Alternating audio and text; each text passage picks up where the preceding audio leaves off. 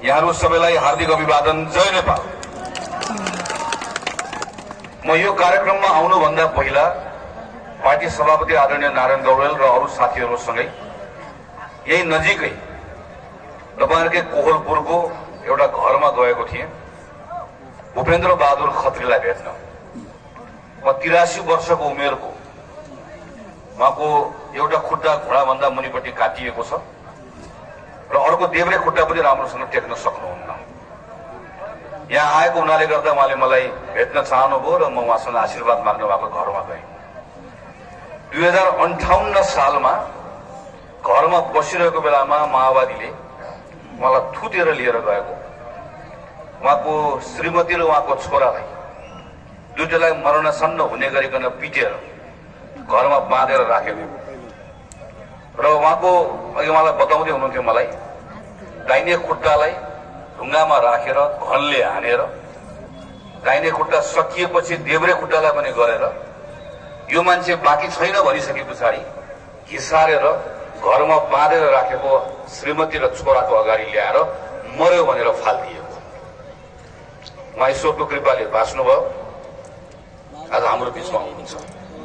तर अहिले पनि मलाई तपाईलाई भेट्न मात्र बसेको, म यहाँबाट तुरुन्त फर्केर सल्यान जानु छ। सल्यानमा हाम्रो राजीव शाह प्रतिनिधि आउनु भएको छ, त्यहाँको कार्यक्रममा सहभागी हुन जानुपर्छ भनेर भन्दै हुनुहुन्थ्यो। म पार्टीको विभिन्न कार्यक्रममा आउँदै गर्दा जब यस्तो पार्टीको साथीहरू भेट्छु, त्यस पछाडि नेपाली कांग्रेस पार्टीको सदस्य भएकोमा मेरो गौरव अझ चुलिन्छ। यो कस्तो पार्टी हो, यो पार्टीप्रति मानिसहरूको कत्रो ठूलो आस्था हो। दुईटा खुट्टा, एउटा खुट्टा टेक्न सक्नुहुन्न, एउटा खुट्टा काटिदिएको छ। वैशाखीको शहरमा बल्ल बल्ल हिँड्नुहुन्छ, सल्यान जान आतुरता छ, किनभने पार्टीको कार्यक्रममा भ्याउनु छ। सांसद होइन, मन्त्री होइन, लाभको पद केही पनि छैन, तर पनि त्यो पार्टी भनिसकेपछि त्यो पार्टीका निम्ति उहाँको जीवन समर्पित गर्नुभएको छ। मैले जहिले पनि के कुरा भन्ने गरेको छु र मान्ने गरेको छु भने यो पार्टीको नेता शेरबहादुर देउबा हुनुहुन्छ, हामीहरू त्योभन्दा मुनि बसेर काम गरिरहेका छौं। तर यो पार्टी बनाएको वा जोगाएको हामीले होइन। यो पार्टी बनाएको जोगाएको त्यो भूपेन्द्र खत्री जस्तो मानिसहरू त्यसमा थुप्रो तपाईँ यहाँ हुनुहुन्छ। त्यो विस्थापित भएर आउनु भएको छ, सम्पत्ति लुटिएको छ, लखेटिनु भएको छ, परिवारको सदस्यहरू गुमाउनु भएको छ। तर पनि अहिले घण्टौंदेखि कांग्रेस भनेर कांग्रेसको कार्यक्रम यहाँ मात्र होइन, दिनमा घण्टौं यही पार्टीको लागि दिनुभएको छ। तपाईहरु जस्तै अग्रजहरूले, साथीहरूले जोगाएको यो पार्टी हो। म सबैभन्दा पहिला यो मञ्चको तर्फबाट, सिङ्गो नेपाली कांग्रेसको तर्फबाट तपाईहरु सबैप्रति हार्दिक सम्मान प्रकट गर्न चाहन्छु। तपाईहरुले थप मेहनत गरेर आज थुप्रै साथीहरूलाई पार्टी प्रवेश गराउनु भएको छ। उहाँहरूलाई हाम्रो पार्टीमा हार्दिक स्वागत छ। तपाईहरुको उपस्थितिले हामीलाई थप हाम्रो शक्ति पनि बढाएको छ, हाम्रो घरलाई थप समृद्ध पनि बनाएको छ। र म विश्वास गर्छु पार्टीको विभिन्न जिम्मेवारीमा रहनुभएको साथीहरूले, आज नयाँ आउनुभएको साथीहरूलाई रुचि अनुसार, क्षमता अनुसार र आवश्यकता अनुसार उहाँहरूलाई जिम्मेवारी दिनुहुन्छ भन्ने कुराको विश्वास पनि व्यक्त गर्छु। पोषणजी मेरो अभिन्न मित्र हुनुहुन्छ। क्षेत्रीय कार्य समिति आज यहाँ कार्यालय उहाँले उद्घाटन गर्नुभयो, बलराम दाई, त्यसै गरिकन हाम्रो वीरेन्द्रजी नगरको तीनटै सभापतिहरू मिलेर अहिले हामी हेरेर आयौँ, उद्घाटन पनि गर्यौं। यस्तो व्यवस्थित कार्यालय सुरु गर्नुभएको छ। यो कार्यालय भनेको भवन कोठारो मात्र होइन, म पार्टी नेतृत्वलाई सही ढंगले गर्छु भन्ने कुराको एउटा संकल्प पनि हो। म पार्टीलाई व्यवस्थित ढंगले चलाउँछु, विधिसम्म ढंगले चलाउँछु र पार्टीको साथीहरूलाई सबैलाई म पहुँच दिन्छु भन्ने कुराको संकल्प पनि हो। एउटा प्रारम्भ गर्नुभएको छ। मेरो यो क्षेत्रीय समितिका साथीहरू सबैलाई शुभकामना छ। एकदमै काबिल साथी नारायण गौडेल नयाँ जिम्मेवारी लिएर आउनु भएको छ। सबै साथीहरूलाई समेटेर पार्टीलाई एकताबद्ध बनाएर बाँकेको जिल्ला कमिटी, क्षेत्रीय कमिटी, प्रदेश, नगर सबले एउटा नयाँ उत्साहका साथ काम गर्छ भन्ने कुराको विश्वास पनि व्यक्त गर्छु। वैशाख 30 गते स्थानीय निर्वाचन तोकेका छौं। त्यही स्थानीय निर्वाचनलाई केन्द्रित गरेर हामीले पार्टीको अभियान सुरु गर्यौं, जसको लागि आदरणीय दीपक दाई तपाईहरुको जिल्लामा खटिएर आउनु भएको छ। थुप्रै कुराहरू भोलि पर्सिको कार्यक्रममा उहाँले राख्नुहुन्छ। 30 गतेको निर्वाचनमा अब तपाईहरु कसैमा पनि अलमल छैन होला भन्ने कुरामा म ढुक्क छु। नअल्मलिनु होला, 30 गतेको निर्वाचन एक दिन पनि तलमाथि हुँदैन। बहुदलीय व्यवस्था भएको हुनाले गर्दा दलहरू जब निर्वाचनमा भाग लिन जान्छन्, दलको सबभन्दा बढी महत्व हुन्छ, दलको झण्डा हुन्छ, चिन्ह हुन्छ। दलको तर्फबाट नि उम्मेदवार भएका हुन्छन्, निसन्देह उम्मेदवारको पनि आफ्नै महत्व हुन्छ। मलाई दल मन पर्यो तर उम्मेदवार मन परेन, मलाई उम्मेदवार मन पर्यो दल मन परेर भनेर पनि मतदाताले भन्न पाउँछन्, भन्छन् पनि कहिलेकाहीँ। तर पनि प्रारम्भिक रूपमा आधारभूत रूपमा बहुदलीय व्यवस्थामा दल नै मैले कुन दल रोज्ने भन्ने नै हो। राजनीतिक दल निर्वाचनमा रोज्दै गर्दा हामी मूलतः तीनटा कुरा हेर्छौँ। एउटा, त्यो दलको विचार के हो, त्यसको सिद्धान्त के हो, त्यसको इतिहास के हो, त्यसको नेता के हो, यो भनेको दलको परिचय के हो, त्यो दललाई तपाईँ कसरी चिन्नुहुन्छ, कसरी बुझ्नुहुन्छ, एउटा यो।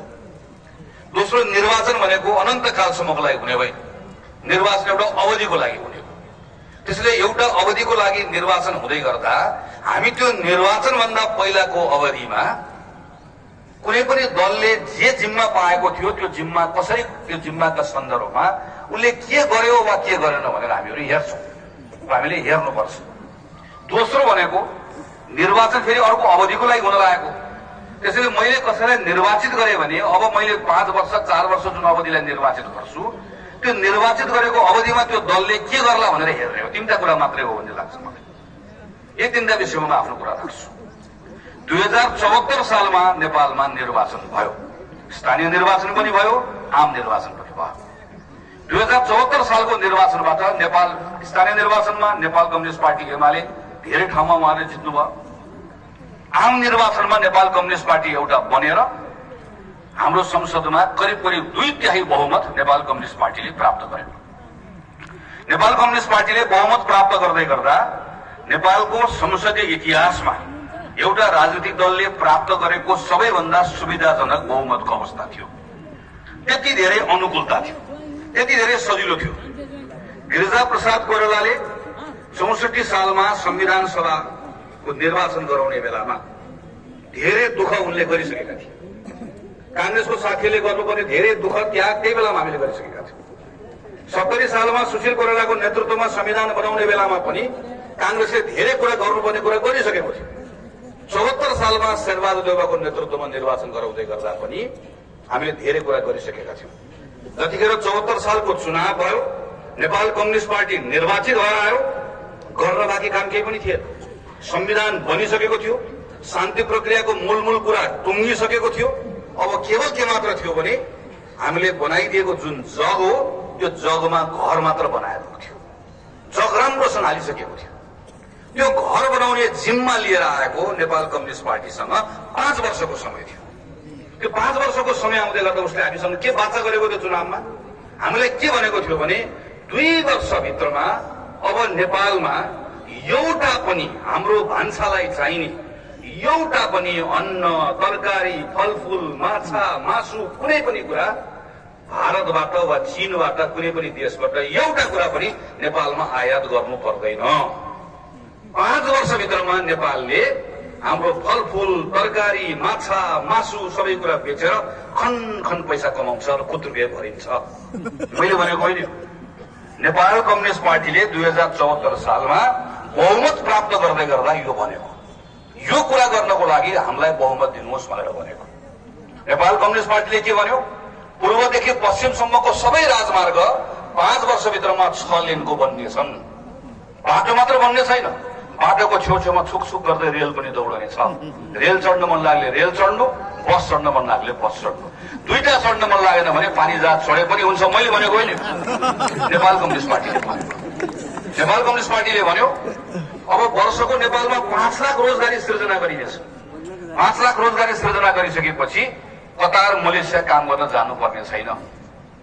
नेपाल कम्युनिस्ट पार्टीले भन्यो 5 वर्षभित्रमा अब नेपालको प्रत्येक गाउँमा, शहरमा, सबै ठाउँमा ठुल्ठुलो अस्पतालहरू बनाइनेछ। यो सबै नेपाल कम्युनिस्ट पार्टीले गरेको वाचाहरू, चुनाव जित्दै गर्दा गरेको वाचाहरू। 2 वर्ष, पहिलो 2 वर्ष सरकार चलाउँदै गर्दा म संसदभित्र भएको छलफल सम्झन्छु। संसदको पहिलो दिन यसै गरी मञ्चमा उभिएर नेपाल कम्युनिस्ट पार्टीको निर्वाचित प्रधानमन्त्री केपी ओलीलाई शुभकामना दिँदै गर्दा मैले यही आज भनेको कुरा त्यहाँ पनि पढेर सुनाएको थिएँ। यो तपाईले घोषणा गर्नुभएको कुरा हो। यस्तो अनुकूलता नेपालमा कसैले पनि पाएको थिएन। हामी सबै तपाईलाई मद्दत गर्छौं, तर यो वाचा पूरा गर्नुपर्छ। 2 वर्षभित्र एउटा पनि वाचा पूरा भएन। सम्झनुहोस् एकपटक, कांग्रेसको कार्यकर्ताले सम्झनै पर्छ र जनतालाई बताउनै पर्छ। नेपालमा सबैभन्दा अनुकूलता भएको त्यो बेलामा 2 वर्षको, जब 74 सालबाट 75 साल, 75 सालबाट 76 सालको प्रारम्भको 2 वर्षमा जहाँ सबैभन्दा बढी अनुकूलता थियो, त्यो बेलामा नेपालको विकास, नेपाली जनताको जीवनस्तर माथि उठाउने कुरामा एउटा काम पनि भएन।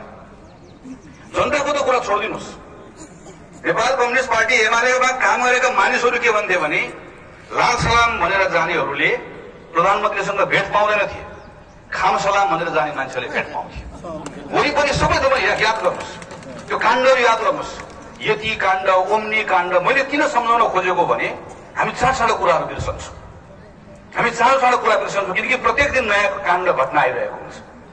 हामी पुरानो कुरा छिटो बिर्सन्छौँ, जसले गर्दा गल्ती गर्नेहरूले दण्डबाट उन्मुक्ति पाउने अवस्था बन्छ। तेस्रो वर्ष कोभिड आयो। म अहिले पनि सम्झन्छु, कैलालीको कार्यक्रममा थिएँ, स्वास्थ्य मन्त्रीलाई एयरपोर्टमा भेटेको र मैले स्वास्थ्य मन्त्री एयरपोर्टमा भेट्दै गर्दा ठूलो सङ्कट नेपालमा आएको छ मन्त्रीजी, काठमाडौँ गएर तपाईँहरू हामी बसेर सल्लाह गरेर सँगै काम गर्नुपर्छ भनेको सम्झन्छु। काठमाडौँ गयौँ, म र अरू केही सांसदहरूले हामीले मेहनत गरेर सरकारका निम्ति एउटा यो काम गर्न सकिन्छ भनेर एउटा दस्तावेज तयार गर्यौं, संसदमा लग्यौं, प्रस्तुत गर्यौं, छलफल गरायौं। हामीले सरकारलाई भन्यौं यो विश्वव्यापी संकट हो, नेपालमा पनि महासंकट छ, हामी तपाईसँग उभिन्छौं भनेर भन्यौं। 10,000 मानिसहरू मरे कोभिडको कारणले गर्दा। केपी ओली प्रधानमन्त्री हुनुभएको बेलामा म दावाका साथ भन्छु, सरकार संवेदनशील भएको भए 10,000 मध्ये 8,000 मानिसको ज्यान बचाउन सकिन्थ्यो। 2000 को सकिन्न थियो, 8,000 मानिसको ज्यान बचाउन सकिन्थ्यो। कोभिडको कारणले गर्दा लकडाउन भयो, किसानहरू जसले बल्ल बल्ल बनिबुद्ध गरेर खाएका थिए, समयमा मल नपाउँदा, समयमा बजार नपाउँदा, खेतमा गएर काम गर्ने श्रमिक नपाउँदै गर्दा सबैभन्दा बढी दुखी हुने मध्येमा किसान परे। किसान मात्र होइन, सानो उद्योग चलाउने मान्छेहरू जसले 2 पैसा ब्याङ्कबाट लोन लिएका थिए, ती लाखौंको संख्यामा ती घरबार विहीन भए, व्यवसाय त गयो।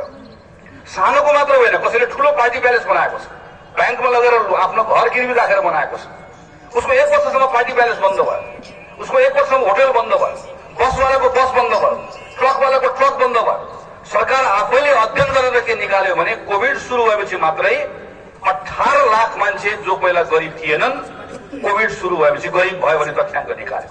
सरकार आफैले के तथ्याङ्क निकाल्यो भने विदेशमा गएका लाखौं हाम्रा साथीहरू फर्केर आएका छन्, फेरि फर्केर गएर काम पाएका छैनन्। सरकार आफैले तथ्याङ्क निकाल्यो कि हाम्रो विदेशसँग भएको व्यापार अहिले जताततै बन्द भएको। सरकार आफैले तथ्याङ्क निकालेर भन्यो पर्यटक नेपाल आउन छाडेका छन्। सरकार आफैले भन्यो हाम्रो अर्थतन्त्र ठूलो समस्यामा परेको छ। त्यस्तो बेलामा हामीले सरकारलाई भन्यौं हामी तिमीलाई मद्दत गर्छौं, हामीले सरकारलाई भन्यौं हामी सँगै काम गर्छौं। तर यो बेलामा हाम्रो सरकारले के गर्यो? हाम्रो सरकारले संसद भङ्ग गरिदियो। हाम्रो सरकारले संसद भङ्ग गरिदियो। त्यो संसद भङ्ग किन गर्यो भन्ने प्रश्नको उत्तर कसले दिने हो? कांग्रेसले दिने हो।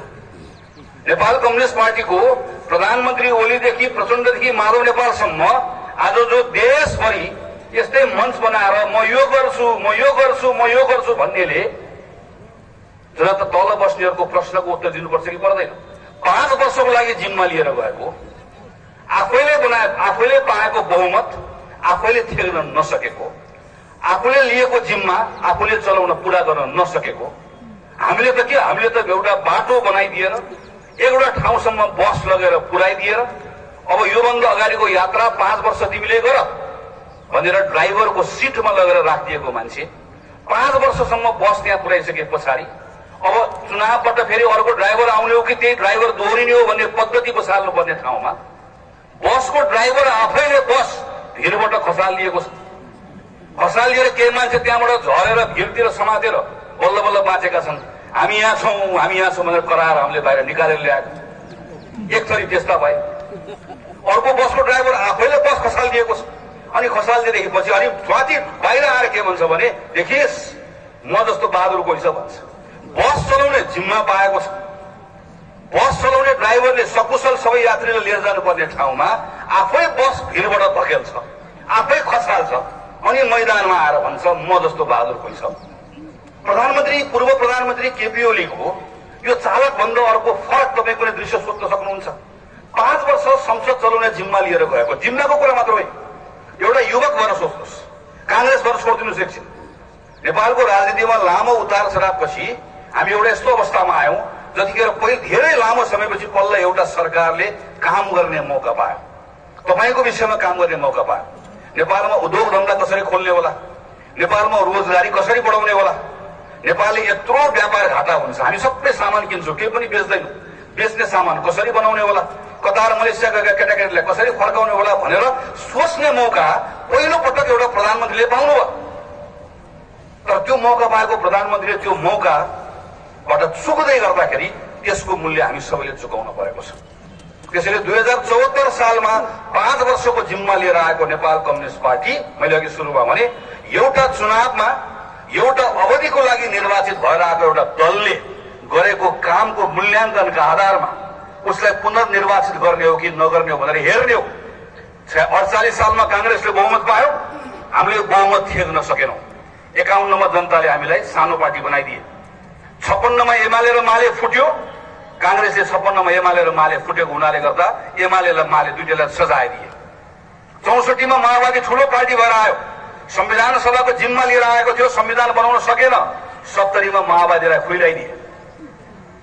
यो निर्वाचनमा जनताले प्रयोग गर्ने विवेक हो, शक्ति हो। त्यसैले यो पटक कांग्रेसका साथीहरूले टोल टोलमा गएर, घर घरमा गएर जनताको बीचमा गएर यही कुरा बताउनुपर्छ। एउटा एमालेको नेता वा एमालेको स्थानीय जनतालाई, कार्यकर्तालाई गएर पनि बताउनुपर्छ वा मतदाता गएर बताउनुपर्छ। यो पटक नेपाल कम्युनिस्ट पार्टी एमालेलाई मत किन दिने, के को लागि दिने? मैले अघिल्लो पटक दिए, मेरो बाले पनि दिनुभएको थियो, बाजेले पनि दिनुभएको थियो भन्नेले पनि एकपटक सोध्नै पर्छ, भन्नै पर्छ। सजाय पाउनु पर्दैन, एकपटक सजाय पाउनु पर्दैन। 74 सालमा नेपाली कांग्रेस पार्टीले 74 सालमा प्रतिपक्षको जिम्मा पाएको। म, सञ्जय गौतम, हामी सबै सांसद, हामी प्रतिपक्षको आसनमा बस्यौं, कुर्सीमा बस्यौं। हामीलाई जहाँ बस्यौं भने हामी त्यही बस्यौं। सरकारलाई प्रश्न गर्यौं, आलोचना गर्यौं, विरोध गर्यौं, प्रतिरोध गर्यौं। जतिखेर कोभिडको संकट आयो, हामी सबैभन्दा पहिला दौडेर गयौं। संसदमा मात्र होइन, आम कांग्रेसले उठाएको पैसा, पार्टीलाई तिरेको पैसा ब्याङ्कबाट झिकेर बोरामा हालेर 50 लाख रुपियाँ पैसा लिएर सबैभन्दा पहिला दौडेर सरकारको खातामा गएर जम्मा गर्यो। पैसाको कुरा होइन, मनको कुरा थियो, नियतको कुरा थियो। हामी सरकारलाई के भन्न चाहिरहेका थियौं भने हामी कोभिडमा राजनीति गर्दैनौँ, हामी तपाईसँग उभिन्छौँ। भारतले लिम्पियाद्वारा लिपुलेखमा एकतर्फी रूपमा पूर्वाधार बनायो, नक्सा छाप्यो, प्रधानमन्त्री चुइक्क बोलिराख्नु भएको थिएन। त्यही संसद हो, बोल्ने मान्छे हामी नै हो। त्यो संसदभित्र हाम्रै पार्टी हो, हाम्रो पार्टी मात्र पनि भन्दिनँ म, अरू पनि पार्टी हो। हामी सबैजना उभिएर प्रधानमन्त्रीलाई भन्यौं, भारतले एकतर्फी रूपमा नक्सा बनाएको प्रत्युत्तरमा नेपालले पनि नक्सा बनाउनु पर्छ।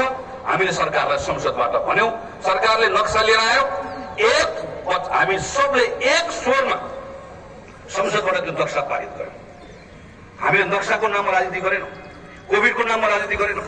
संसद भङ्ग गर्नु, संसद भङ्ग गरिसके पछाडि त्यो बेलामा चुनावमा गएको भए एकातिर एमाले, केपी ओली, अर्कोतिर माधव नेपालदेखि झलनाथ खनालदेखि प्रचण्डसम्मको नेकपा दुई चिरा भएको अवस्था। नेकपा दुई चिरा भएको अवस्थामा चुनावमा जाँदै गर्दा कांग्रेसले आमसभा पनि गर्नु पर्दैन थियो। दुईटा नेपाल कम्युनिस्ट पार्टी हुँदै गर्दा सुतिकन चुनाव जित्ने अवस्था थियो। तर कांग्रेसले त्यो बेलामा पनि चुनाव जित्ने कुरालाई आफ्नो विषय बनाएन। हामीले त्यतिखेर पार्टीभित्र छलफल गर्यौं र भन्यौं, अहिले हामी चुनाव जित्ने लोभमा जाने हो भने यो संविधान सकियो। यो संविधान सकियो भने नेपाल फेरि त्यही चक्रव्यूहमा फस्यो। 2015 सालमा परिवर्तन गर्यो, 7 सालमा 15 सालमा संविधान आयो। राजा महेन्द्रको महत्वाकांक्षाले संविधान गयो। राजा महेन्द्रले महत्वाकांक्षा नराखिदिनु भएको भए नेपालमा आज राष्ट्र संस्था रहन्थ्यो होला। फ्रान्स, डेनमार्कमा छ, बेलायतमा छ, जापानमा छ, नर्वेमा छ, नेपालमा पनि रहन्थ्यो होला। के फरक पर्थ्यो? हामी आजसम्म यत्रो 70 यहाँ 15 सालदेखि यहाँसम्म आइपुग्दै गर्दा 55 वर्षको 65 वर्षको 55 वर्षको संसदीय हाम्रो आफ्नो इतिहासमा राजालाई एक ठाउँ राख्थ्यौं होला। हामी संसदको अभ्यास गर्दै आउँदै गर्दा हाम्रो जीवनस्तर, हाम्रो विकास अर्को चरणमा पुगेको हुन्थ्यो होला। तर 30 वर्षको पञ्चायतको कारणले गर्दा हाम्रो एक जुनी खेर गयो। 46 सालमा परिवर्तन ल्यायौं। 46 सालको परिवर्तन पछाडि अगाडि बढ्दै गर्दा केही गल्ती गर्यौं कि चुक्यौं, हाम्रो पनि कमजोरीहरू रहे, सिक्थ्यौं होला। तर आयो माओवादी, फेरि युद्ध लिएर आयो, युद्ध थोपर दियो। माओवादीको त्यो युद्धभित्र दरबारले खेल्न चाह्यो। दरबार र तरबारको त्यो चपेटामा प्रजातन्त्र पर्यो। अर्को 30 वर्ष खेर गयो। फेरि अहिले केपी ओलीको महत्वाकांक्षामा हामीले लोभी भएको भए ओलीको महत्वाकांक्षा र हाम्रो लालसाले यो संविधान दुर्घटनामा पर्थ्यो। संविधान आफैले केही दिने होइन, तर यो संवैधानिक प्रक्रिया फेरि दुर्घटनामा परेको भए अर्को एउटा युवाहरूको जेनेरेसन, म ६५ सालको आन्दोलन लडेर आएको मान्छे, यहाँ दीपक दाई अरू थुप्रै दाईहरू 46 सालभन्दा अगाडिको पञ्चायतकालमा लडेर आएको मान्छे। हजुरबालाई सोधे पनि लडेको भन्छ, बालाई सोधे पनि लडेको भन्छ, म पनि लडेको, अब छोराछोरी पनि सबै लड्ने मात्रै। गर्ने चाहिँ कहिले हो? सधैँ एउटा व्यवस्था ल्याउने, त्यसलाई जोगाउन नसक्ने, त्यो जान्छ अनि फेरि लड्ने, फेरि आउने। यो हामीलाई मन्जुर छैन भन्यो, अदालतले संसदको पुनर्स्थापना गरिदियो। संसदको पुनर्स्थापना गरिदिइसकेपछि फेरि केपी ओलीले संसद भङ्ग गर्नुभयो, फेरि भङ्ग गर्नुभयो र केपी ओलीकै पार्टीको सांसदहरू लाइन लागेर बुढालीकण्ठ गएर हाम्रो सभापतिलाई भन्नुभयो, निवेदन छ, बिन्ती छ, केपी ओलीले धेरै भाङ पारिसके, अब कांग्रेसले बाहेक यो भाङ कसैले टाल्दिन सक्दैन, कृपया भाङ टाल्दिनु पर्यो। हामी टाल्न आयो। यो 4 वर्ष नेपाल कम्युनिस्ट पार्टी, सिङ्गो Nepal communist party, Nepal communist पार्टीभित्रको एमाले उहाँले भत्काउँदै जानुभयो, हामी टाल्दै, हामी मिलाउँदै गयौँ। उहाँहरू भाङ पार्दै जानुभयो, हामीहरू टाल्दै गयौँ। उहाँहरू उधार्दै जानुभयो, हामी सिलाउँदै गयौँ। सिलाउने कांग्रेस नभएको भए, वाल टाल्ने र त्यसलाई मिलाउने कांग्रेस नभएको भए यो संविधान अस्ति नै दुर्घटनामा परिसक्थ्यो र हामी आज अर्को ठूलो अस्थिरतामा पुगिसकेका हुन्थ्यौँ। त्यसैले म पार्टीको साथीहरूलाई आग्रह गर्न चाहन्छु, जनताको बीचमा गएर धेरै पुरानो कुरा छोडिदिनुहोस्, अहिलेको कुरा गरौँ। 74 साल पछाडि यो पटक कांग्रेसलाई मत किन दिने भन्ने कुराको सन्दर्भमा पहिला नेकपा एमालेलाई मत किन दिने, माओवादीलाई मत किन दिने, समाजवादीलाई मत किन दिने, के कारणले दिने र कांग्रेसलाई यो पटक मत किन नदिने, यो प्रश्न लिएर हामीहरू जानुपर्छ। यो 4 वर्षको अवधिमा राम्रो गर्नेले पुरस्कार पाउनुपर्छ, गलत गर्नेले दण्ड पाउनुपर्छ। दण्ड र पुरस्कारको व्यवस्था निर्वाचनबाट भएन। जनताले दललाई, प्रवृत्तिलाई दण्डित गर्ने मौका पाएको बेलामा चुक्यो भने जवाफदेहिताको राजनीति रहँदैन। यो हामीले लिएर जानुपर्नेछ। दोस्रो विषय, कुनै पनि पार्टी, अघि मैले भने पार्टीको विचार, पार्टीको इतिहास, पार्टीको नेता, पार्टीको परिचय हामीले दल छान्दै गर्दा हेर्ने हो। यो सन्दर्भमा आज धेरै साथीहरूले चर्चा गर्नुभएको छ। अहिलेको बहुचर्चित एमसीसी, नेपालको राजनीतिक दलहरू कस्ता छन्, कस्ता हुन् भनेर चिनाउनका निम्ति हाम्रो अगाडि एउटा महत्त्वपूर्ण, हाम्रो लागि एउटा हतियार पनि नभनौँ, हाम्रो लागि एउटा टुलको रूपमा हाम्रो अगाडि आएको छ। हामीले पार्टी चिन्नु पर्यो। कांग्रेस कस्तो हो भनेर चिन्नको लागि अब बीपी कोइराला, एमाले कस्तो हो भनेर चिन्नको लागि पुष्पलाल, नेताहरूले के गरेर आए, के भनेर आए, त्यसका आधारमा चिन्न सकिन्थ्यो, आज पनि सकिन्छ। तर अहिलेको लागि हामी सबैलाई सजिलो के भयो भने एमसीसी एउटा यस्तो विषय बनेर आयो, यसको आधारमा नेपालको राजनीतिक दलहरूलाई नेपालका जनताहरूले चिन्ने मौका पाएका छन्। 2066 सालमा माधव नेपाल प्रधानमन्त्री हुनुभएको बेलामा नेपाल कम्युनिस्ट पार्टी एमालेको नेता सुरेन्द्र पाण्डे अर्थमन्त्री हुनुभएको बेलामा 66 सालमा संयुक्त राज्य अमेरिकाको विश्व ब्याङ्कको सम्मेलनमा भाग लिन गएको बेलामा एमसीसीको मुख्यालयमा गएर यत्रो ठूलो अनुदान अमेरिकाले यति धेरै देशहरूलाई बाँड्न लागेको रहेछ, अमेरिकाको मित्र राष्ट्र मध्ये नेपाल पनि हो, हाम्रो यत्रो वर्षदेखिको सम्बन्ध छ, हामीलाई पनि पूर्वाधार बनाउनु पर्नेछ, त्यो कारणले गर्दा नेपाललाई पनि यो सूचीमा राख्नु पर्यो भनेर 66 सालमा माधव नेपालको अर्थमन्त्री सुरेन्द्र पाण्डेले सुरु गर्नुभएको एमसीसीको यात्रा, त्यस पछाडि झलनाथ खनाल प्रधानमन्त्री हुनुभएको बेलामा, जतिखेर झलनाथ खनाल प्रधानमन्त्री हुनुभएको भनेको एमाले र माओवादीको संयुक्त सरकार, झलनाथ खनालको उपप्रधानमन्त्री भरतपुर अधिकारीले 4 दिनको संयुक्त राज्य अमेरिकाको भ्रमण गरेर त्यहाँको उपमन्त्रीलाई भेटेर औपचारिक रूपमा एमसीसी परियोजनामा नेपाललाई पनि समेट दिनु पर्यो भनेर गर्नुभएको आग्रह, त्यो आग्रहको आधारमा अमेरिकाले चिठी पठाउँदै गर्दा झलनाथ खनाल बदलिएर नेपालको प्रधानमन्त्री बाबुराम भट्टराई हुनुभएको अवस्था र बाबुराम भट्टराईलाई पठाएको चिठीमा तपाईको योभन्दा अगाडिको सरकारले हामीलाई जुन अनुरोध गर्यो त्यो अनुरोधलाई सकारात्मक रूपमा लिएका छौं, हामीले तपाईहरुलाई प्रारम्भिक रूपमा छनौट गरेका छौं, अब तपाईहरुसँग छलफल गर्छौं भन्दै गर्दा बाबुराम भट्टराईको सरकार अर्थात माओवादीको सरकारले निर्णय गरेर धन्यवाद हामी यो प्रक्रिया अगाडि बढाउन चाहन्छौं भनेर नेपालबाट आधिकारिक व्यक्ति छनौट गरेको अवस्था, त्यसपछि संविधान सभा भंग, खिलराज रेग्मीको नयाँ सरकार, त्यो सरकारले गरेको काम, त्यसपछि 2070 सालमा सुशील कोइरालाको सरकार, सुशील कोइरालाको सरकार भनेको कांग्रेस र एमालेको संयुक्त सरकार, त्यो सरकारको उपप्रधानमन्त्री भनेको वामदेव गौतम, सुशील कोइराला र वामदेव गौतम भएको त्यो सरकारले 2 वर्ष लगाएर एमसीसीका सन्दर्भमा थप काम गरेर नेपालमा कुन परियोजना छान्ने होला, दोधारा चाँदनीको पोर्टका बारेमा पनि छलफल गरे, फास्ट ट्र्याक बनाउने हो कि भनेर छलफल गरे। त्यो छलफल गर्दै गर्दा अन्तिममा एउटा निष्कर्षमा पुगेको कि अहिलेका लागि बिजुली उत्पादन एकदमै धेरै नेपालमा हुन थाल्यो। पैसा ब्याङ्कले लगाएको छ, तपाईँको पैसा पनि परेको छ बिजुली उत्पादन। नेपालको बिजुली तपाईँ कहीँ कुनै ब्याङ्कमा सेयर हाल्नुभएको छ भने त्यो ब्याङ्कको पैसा पनि बिजुली उत्पादनमा परेको छ। यत्रो धेरै जनताको लगानी बिजुली उत्पादनमा भएको छ। तर उत्पादन गरेको बिजुलीलाई बिजुली उत्पादन गर्ने ठाउँबाट बाहिर निकाल्ने प्रसारण लाइन भएन भने त हामी बर्बाद हुन्छौँ, डुब्छौँ। त्यसैले प्रसारण लाइन बनाउनको लागि यो पैसा प्रयोग गर्नु पर्यो भनेर गरेको निर्णय, त्यो निर्णय गरिसके 2072 सालमा बनेको केपी ओलीको सरकार। अनि केपी ओलीको सरकारले गरेको निर्णय कि सुशील कोइरालाको सरकारले छानेको प्रसारण लाइनको आयोजना ठिक छ, अब त्यसको प्रस्ताव लेख्नु पर्यो। त्यो प्रस्ताव लेख्न प्राविधिक सहयोग पनि चाहियो, आर्थिक सहयोग पनि चाहियो भनेर एमसीसीसँग लिएको 1 अरब 13 करोड पैसा, 1 अरब 13 करोड पैसा लिने निर्णय गर्ने मन्त्री परिषदको अध्यक्ष केपी ओली, उप प्रधानमन्त्री अघि निमाजीले चर्चा गर्नुभएको राष्ट्रिय जनमोर्चाको नेता चित्रबहादुर केसी, अर्को उप प्रधानमन्त्री सीपी मैनाली, अर्को उप प्रधानमन्त्री हिजो तपाईँहरूको यहाँ आएर भाषण गर्ने राप्रपाको उप प्रधानमन्त्री नेता कमल थापा, अर्को उप प्रधानमन्त्री भीमराव।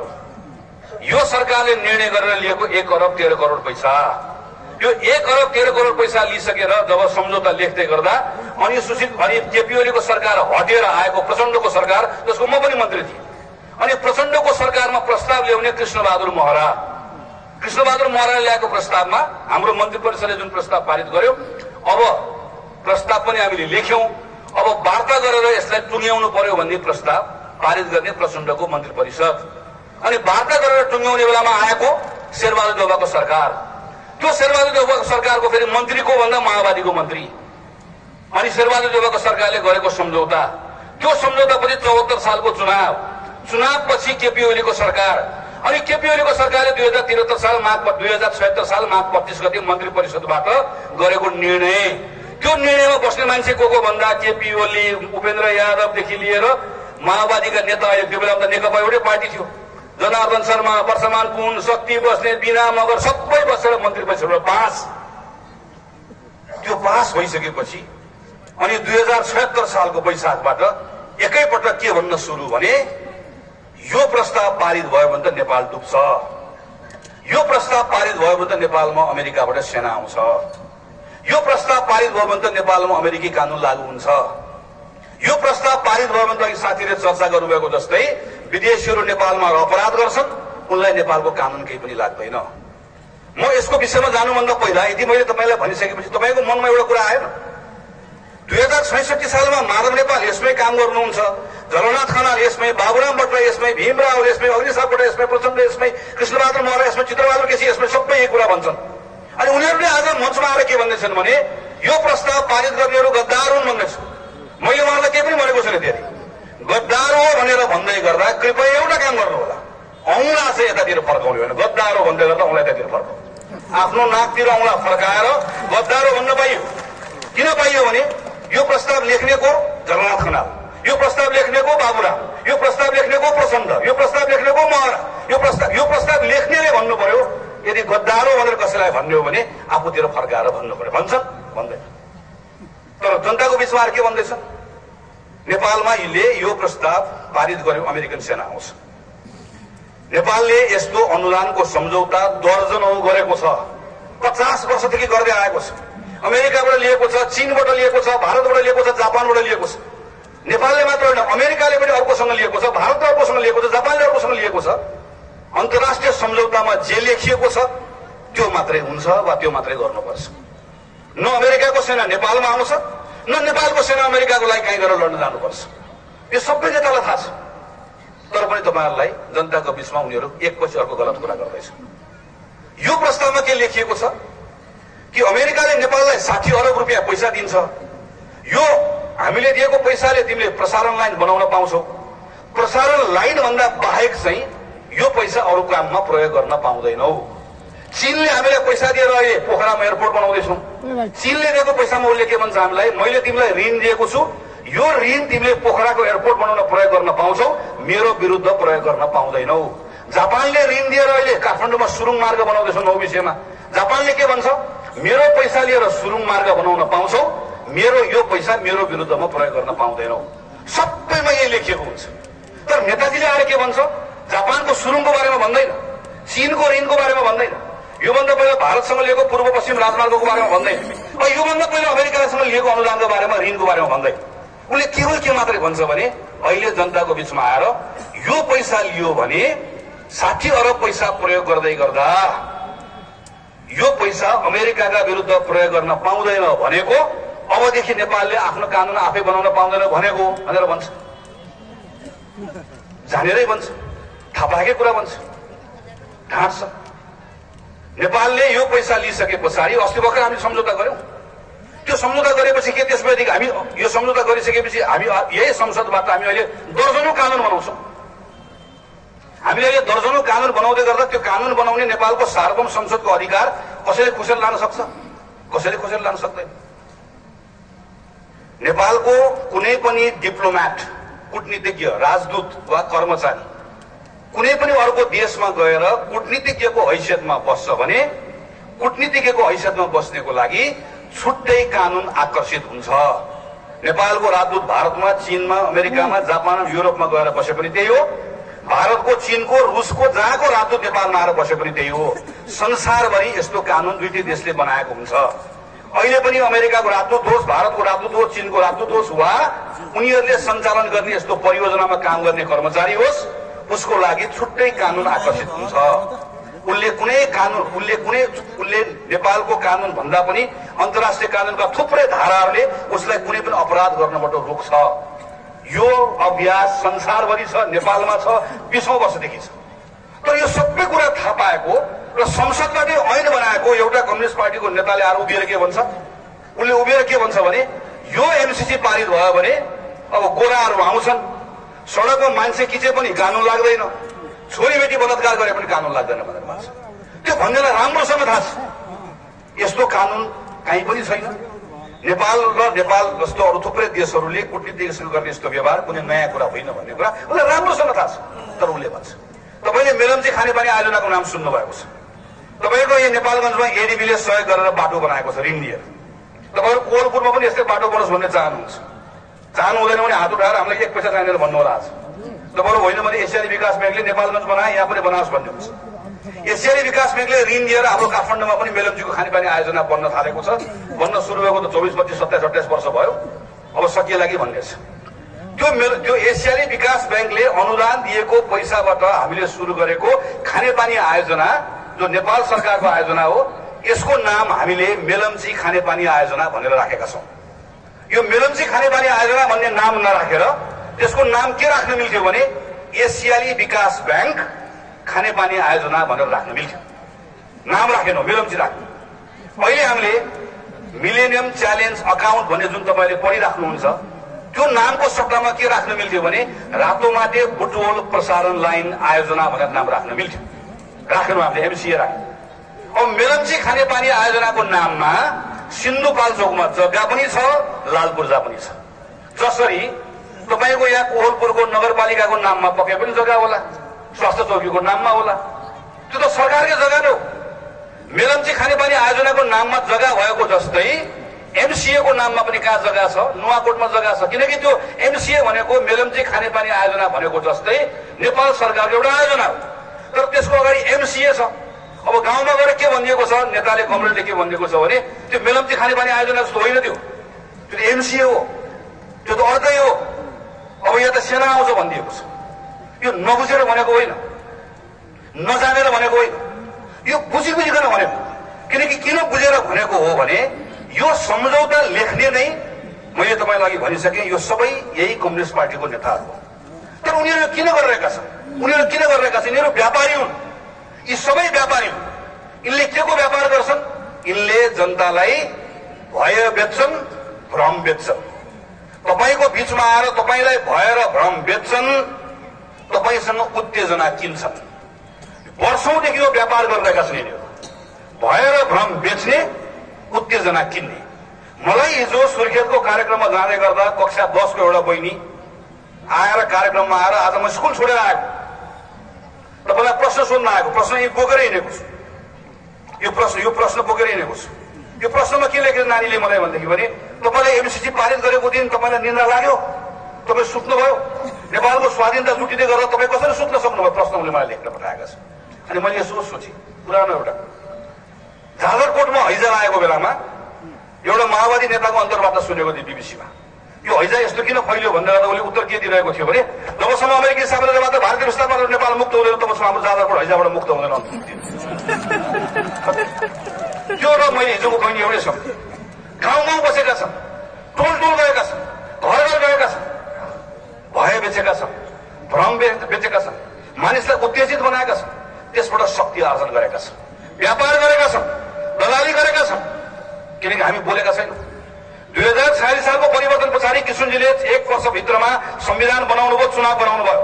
48 सालमा गिरिजा प्रसाद कोइरालाको नेतृत्वमा सरकार बन्दै गर्दा त्यो बेलामा पञ्चायतले बनाएको अर्थतन्त्र कस्तो थियो? मण्डलीहरू आएर